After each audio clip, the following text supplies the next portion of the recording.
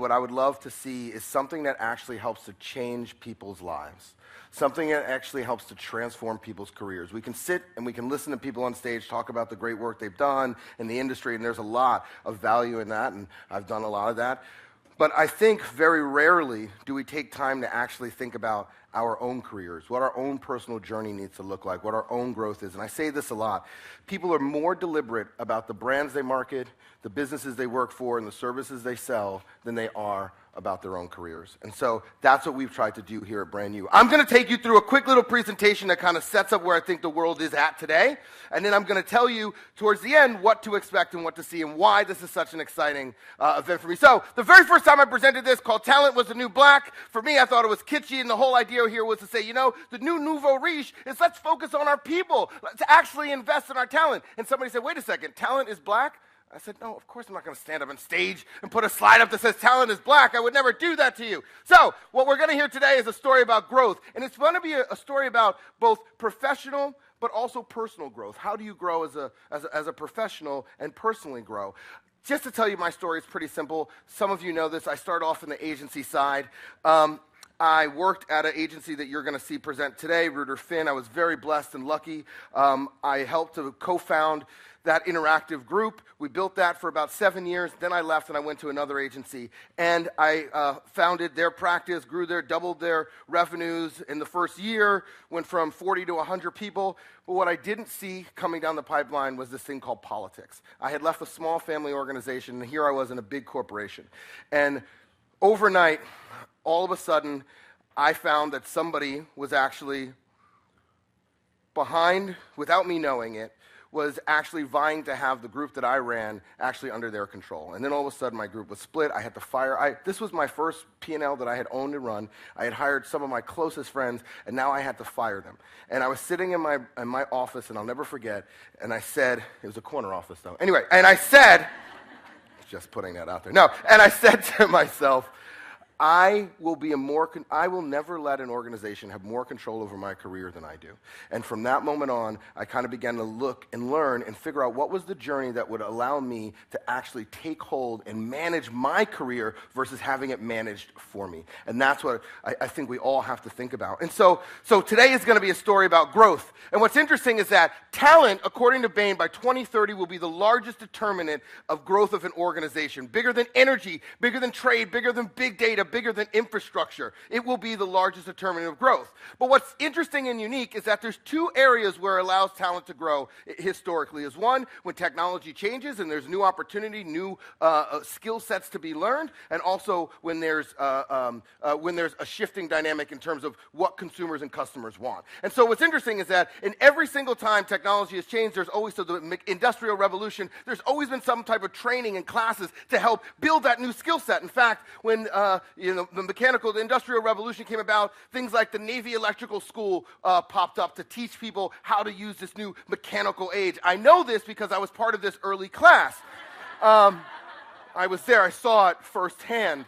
And then when the business world changed, I was there as well in some of these early days, so I've witnessed this from experience. Then when the world moved into media, a whole new class of training in schools popped up. Then when we moved over to leverage buyouts, a world that created the new Gordon Geckos emerged. But now we're into a world where entrepreneurship, intrapreneurship, both being an entrepreneur inside of an organization or being an entrepreneur outside of an organization, are shaping the new economies. And the question becomes, who's going to train that? And it's not, we don't have an answer yet. And I will tell you, the sad thing is that the organizations that we thought that were supposed to be the institutions that train the next generation of leaderships are actually failing leaders right now. So less than 1% of the course descriptions still to this day of the top 100 business schools use the word mobile, emerging, or digital technology. So we're not even training the next generation of leaders in the space that actually really matters. I remember in one of my previous worlds, I was at an organization and the CMO said, you know what, we want to do marketing training. We're taking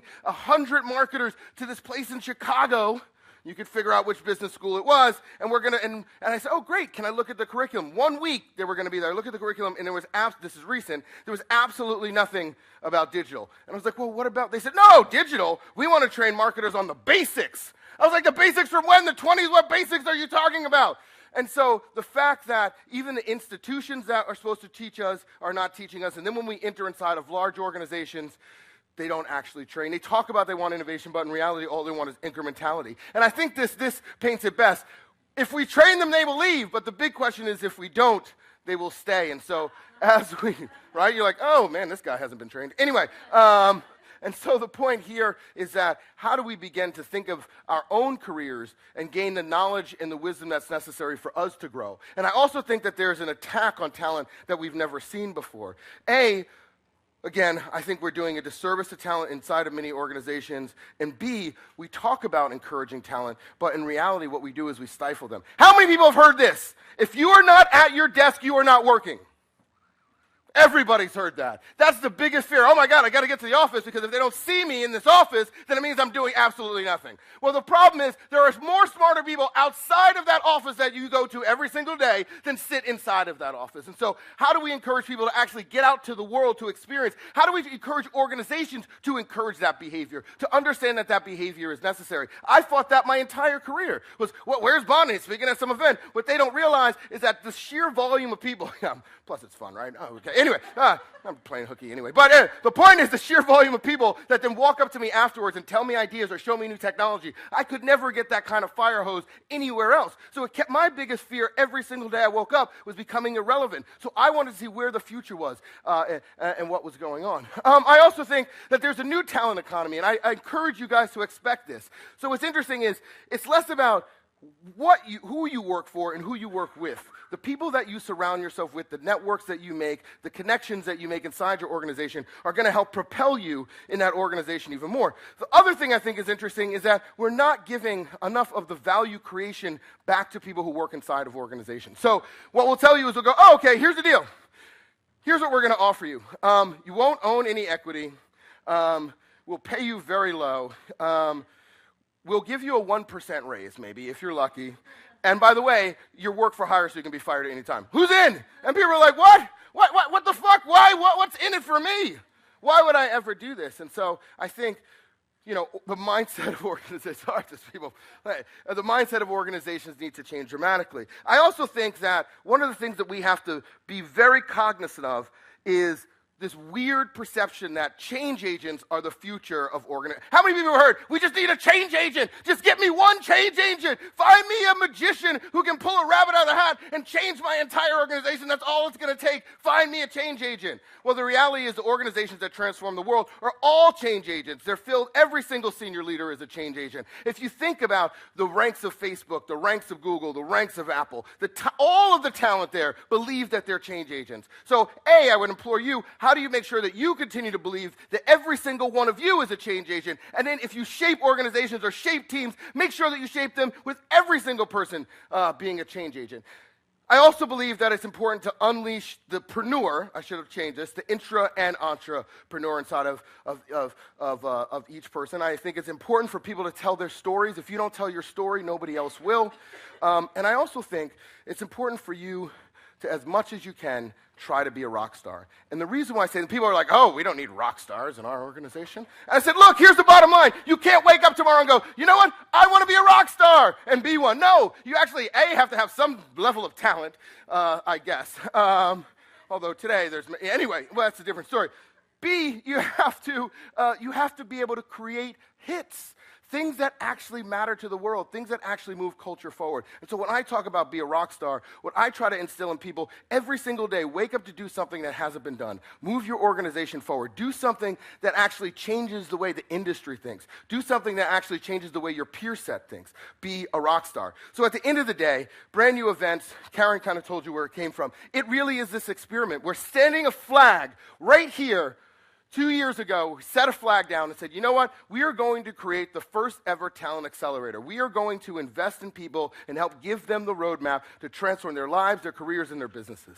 And it came from two simple observations. One, people are more deliberate about growing their brands than they are their careers. And two, and this is important if you work inside of an organization and if you work on your own, but high potentials tend to fly through the organization really fast, and then they hit a ceiling. And they hit a ceiling because they run up against every other single high potential. And what they don't realize is what got you to where you are today is not going to be what gets you to where you are tomorrow. And so what we try to do is assess, where are you at in your career? What are the skill sets, the next level of skill sets that are needed? Do you understand realistically what the organization expects of you and what the scorecard is, and are you delivering against that? Do you understand the buzz about you inside the organization? Do you understand how to communicate? Are you thinking about you as a brand? And I know it's a horrible thing to say, that people are concerned, but what is your professional brand? Every single person that you touch, you talk to, you leave an impression. That impression needs to be thought about. You really need to think about that. The other thing I think that's important to realize is that 80% of small businesses fail in the first 18 months. So if you're an entrepreneur, that's a very tough road. I think when people don't think about inside organizations, the bottom line is there are more elite athletes in the world than there are vice presidents at Fortune 100 organizations. And so if you think it's hard to become LeBron James, it's equally as hard to become a CEO of a Fortune 500 or a vice president. So just think about that. Most people, and the walls of these organizations are littered with people who never broke through where they believe they should have been. And I don't want anybody here to be that, or quite frankly, I don't want anybody in the world to be that. I think there's 4 key pieces. 1 is management of your reputation. 2 is figuring out how to communicate both internally and externally that has impact. 3 is building networks, billion-dollar networks. And 4 is driving innovation. And so I leave you with this, is that at the end of the day, you also need to think about being your own cheerleader, not just for yourself, but for your teams. But think about that. I think it's very rare. Because at the end of the day, what we aspire to is that we help you potentially become the next person on Time Magazine's Fortune 100 list.